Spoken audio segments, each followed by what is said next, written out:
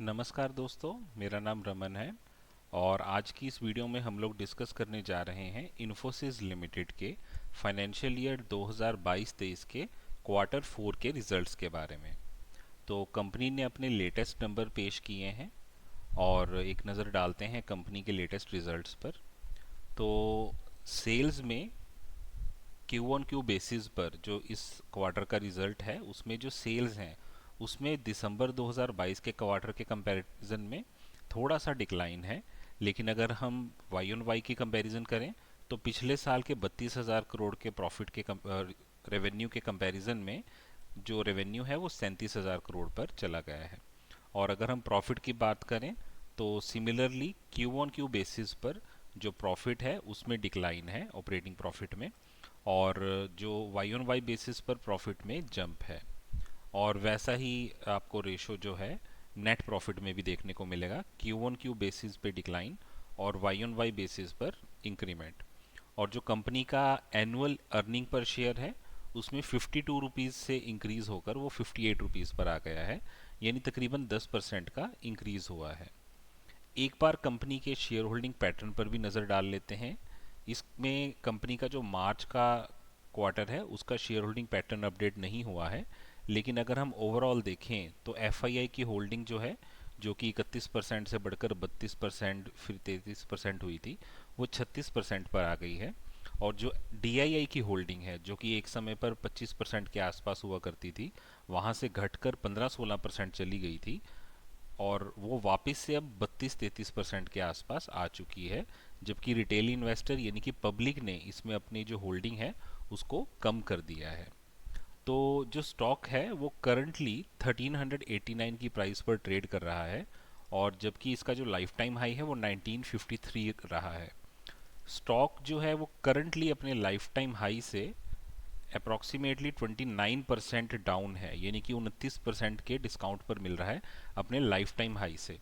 और अगर हम स्टॉक की वैल्यूएशन की बात करें तो जो इसका median price to earning ratio है 25.3 है, और स्टॉक करंटली 23.9 यानी कि मीडियन से नीचे ट्रेड कर रहा है।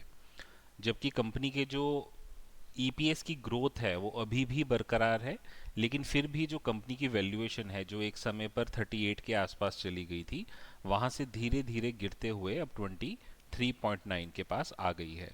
उसका कारण है कि आईटी सेक्टर्स में, आईटी कंपनी में, आईटी सेक्टर में अगले कुछ क्वार्टर्स में जो ग्रोथ है उसमें थोड़ा सा करेक्शन देखा जा सकता है। कि हो सकता है कि जो कंपनीज हैं, आईटी कंपनीज हैं, उनके जो रेवेन्यूज़ हैं वो बढ़े नहीं, जैसा कि इस क्वार्टर में थोड़ा सा हम झलक देख सकते हैं कि पिछले क्वार्टर के कंपैरिजन में जो कंपनी का सेल्स है, ऑपरेटिंग प्रॉफिट है और नेट प्रॉफिट है उसमें गिरावट हुई है। तो स्टॉक मार्केट हमेशा उन्हीं कंपनीज को या उन्हीं स्टॉक्स को वैल्यू देता है या उन्हीं की वैल्यूएशन बढ़ाता है जिनके प्रॉफिट्स में कॉन्टीन्यूसली ग्रोथ हो। मार्केट जनरली ऐसे शेयर्स जिसके की प्रॉफिट्स में या रेवेन्यू में ड्रॉप या डिक्लाइन शुरू हो जाता है उसकी वैल्यूएशन को करेक्ट कर देता है। और अगर हम देखें ये स्टॉक ऑलरेडी अपने हाई से 30% या 29% के आसपास गिर चुका है, क्योंकि मार्केट जो है वो फ्यूचर को देखती है। तो जैसा कि उम्मीद है कि अगले कुछ क्वार्टर आईटी कंपनीज के लिए खराब रह सकते हैं, उनके रेवेन्यू में ग्रोथ होने की जगह उसमें थोड़ा सा डिक्लाइन हो सकता है।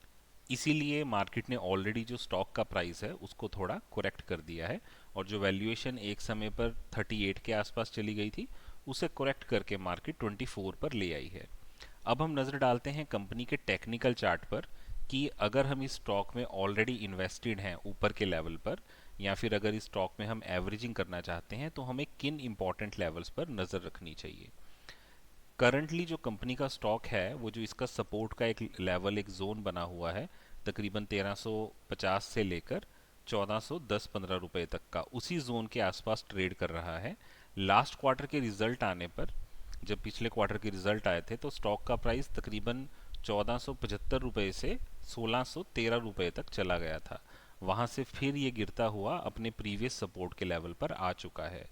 तो अगर आप एक लॉन्ग टर्म इन्वेस्टर हैं तो आपको जो भी लार्ज कैप कंपनीज या अच्छे फंडामेंटल वाली कंपनीज हैं उनमें अगर आप डिप में, गिरावट में खरीदारी करते हैं तो आपको लॉन्ग टर्म में वो ज़रूर बेनिफिट देती हैं।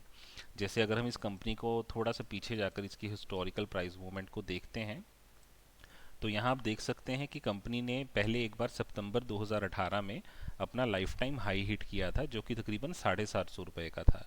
उसके बाद स्टॉक के प्राइस में थोड़ी सी करेक्शन हुई, प्रॉफिट बुकिंग हुई और स्टॉक का प्राइस 600 रुपये के आसपास आ गया था। वहाँ से नवंबर 2018 से अगर किसी ने डिप में यानी कि फॉल में स्टॉक को खरीदा होता और 600 की जगह अगर 620-25 रुपए पर भी खरीदा होता, तो नवंबर 2018 से सितंबर 2019 यानी कि एक साल के अंदर ही उसका जो 620 रुपए का खरीदा हुआ शेयर था उसने एक हाई हिट किया था 840 रुपए के आसपास। तो बेसिकली अगर आप फंडामेंटली अच्छे स्टॉक्स को डिप्स में गिरावट के समय खरीदते हैं और एक्यूमुलेट करते हैं तो आपको लॉन्ग टर्म में डेफिनेटली अच्छी रिटर्न देकर जाते हैं।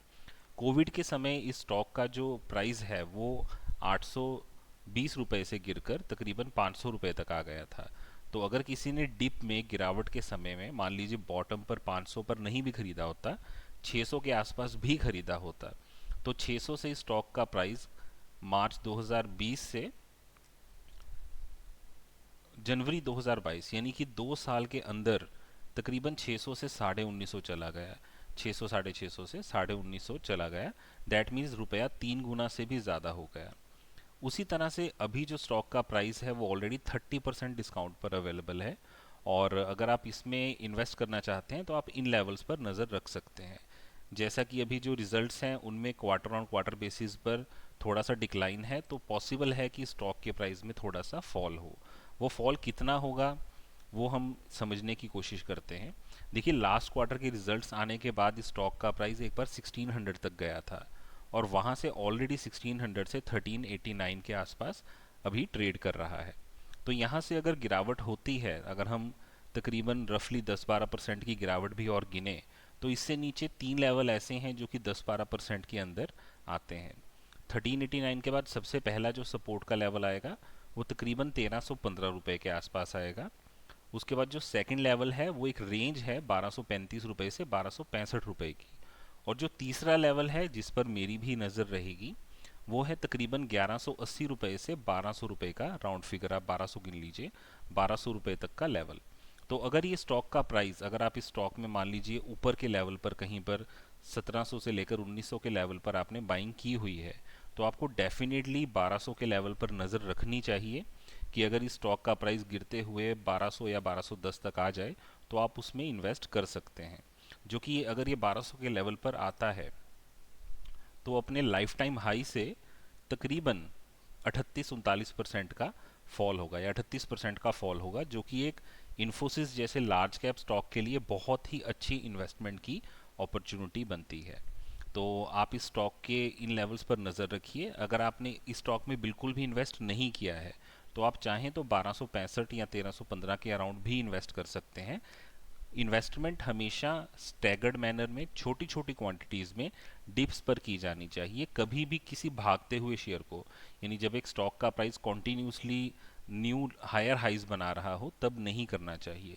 अब अगर मान लीजिए किसी ने ऑलरेडी गलती से यहाँ से 1900 या 1950 के लेवल पर इन्वेस्ट कर दिया होता, तो वो ऑलरेडी इस वक्त 25 से 30% के लॉस में होते और यहाँ से और गिरावट होने पर उनका लॉस और बढ़ जाता। तो अगर आपने इस स्टॉक में पहले हायर प्राइस में इन्वेस्टमेंट किया हुआ है या फिर आप इस स्टॉक में इन्वेस्ट करने में इच्छुक हैं, इंटरेस्टेड हैं, तो आपको तकरीबन 1180 से लेके 1200 रुपये या 1210 रुपये आप गिन लीजिए, इस लेवल पर नज़र ज़रूर रखनी चाहिए। क्योंकि आईटी स्टॉक्स के जो अगले कुछ क्वार्टर हैं, अगर ग्लोबल मार्केट्स में यानी कि अमेरिका में या यूरोपियन मार्केट्स में आईटी में थोड़ी सी प्रॉब्लम रहती है, जैसे उनका banking sector, financial sector struggle कर रहा है, तो आईटी कंपनीज जो है उनका एक बहुत बड़ा क्लाइंट बेस यही कंपनीज होती हैं, जैसे अमेरिका की या यूरोप की जो बैंकिंग कंपनीज हैं, इंश्योरेंस कंपनीज हैं वो। तो अगर उनमें दिक्कत रहती है तो उस उम्मीद से इस स्टॉक के प्राइस में और गिरावट जारी रह सकती है। तो देखिए, इससे नीचे की अगर हम बात करें 1200 से नीचे, तो 1080 रुपये का भी लेवल है, बट और 990 से लेकर 1000 रुपये का लेवल भी है, लेकिन वहाँ तक इमीडिएटली ये स्टॉक नहीं गिरेगा। अगर एक कंपनी कॉन्टीन्यूसली अगले कुछ क्वार्टर्स तक कॉन्टीन्यूसली प्रॉफिट्स में ग्रोथ नहीं दिखा पाती है और इसका जो अर्निंग पर शेयर है वो भी गिरने लगता है, यानी कि ये जो बार आप देख रहे हैं, जो चार्ट आप देख रहे हैं बार, इसमें अगर कॉन्टीन्यूसली गिरावट होने लगती है तो पॉसिबल है कि स्टॉक का प्राइस 1200 के लेवल से भी नीचे चला जाए। लेकिन अगर आप एक लॉन्ग टर्म इन्वेस्टर हैं, आप एग्जैक्टली कभी भी स्टॉक को बॉटम पर खरीदने के बारे में मत सोचिए, क्योंकि बॉटम किसी को भी नहीं मालूम कि स्टॉक का प्राइस कहाँ तक गिरेगा। तो जब भी आपकी पिछली खरीदारी से एक स्टॉक और अच्छे डिस्काउंट पर अवेलेबल हो जाए और वो एक सपोर्ट का इंपॉर्टेंट लेवल हो, वहां पर आप स्टॉक को खरीदने के बारे में विचार कीजिए। तो आप इन लेवल्स पर नज़र रख सकते हैं 1200 से 1210 के लेवल पर। और अगर आपके पास ये स्टॉक बिल्कुल भी खरीदा हुआ नहीं है, तो इवन 1265 से लेकर 1315 के बीच का जो लेवल है वो भी स्टार्ट करने के लिए एक अच्छा लेवल हो सकता है। बाइंग हमेशा छोटे छोटे हिस्सों में थोड़ी थोड़ी क्वांटिटी में स्टैगर्ड मैनर में करें, ताकि अगर और गिरावट होती है तो वहां पर आप अपने इन्वेस्टमेंट को और बढ़ा सकें। और जब भी आप अच्छे शेयर को डिस्काउंट में खरीदेंगे, लंबे समय में 2-3 साल अगर आप उसको होल्ड कर लेते हैं, तो वो आपको डेफिनेटली आपके रुपए को फिक्स डिपॉजिट से या म्यूचुअल फंड से मच बेटर रिटर्न्स देने की क्षमता रखता है। तो उम्मीद करता हूँ आपको इस वीडियो में दी गई जानकारी पसंद आई होगी। वीडियो अच्छी लगी तो प्लीज़ वीडियो को लाइक और शेयर कीजिएगा और चैनल को सब्सक्राइब कीजिएगा। वीडियो देखने के लिए धन्यवाद। आपका दिन शुभ रहे।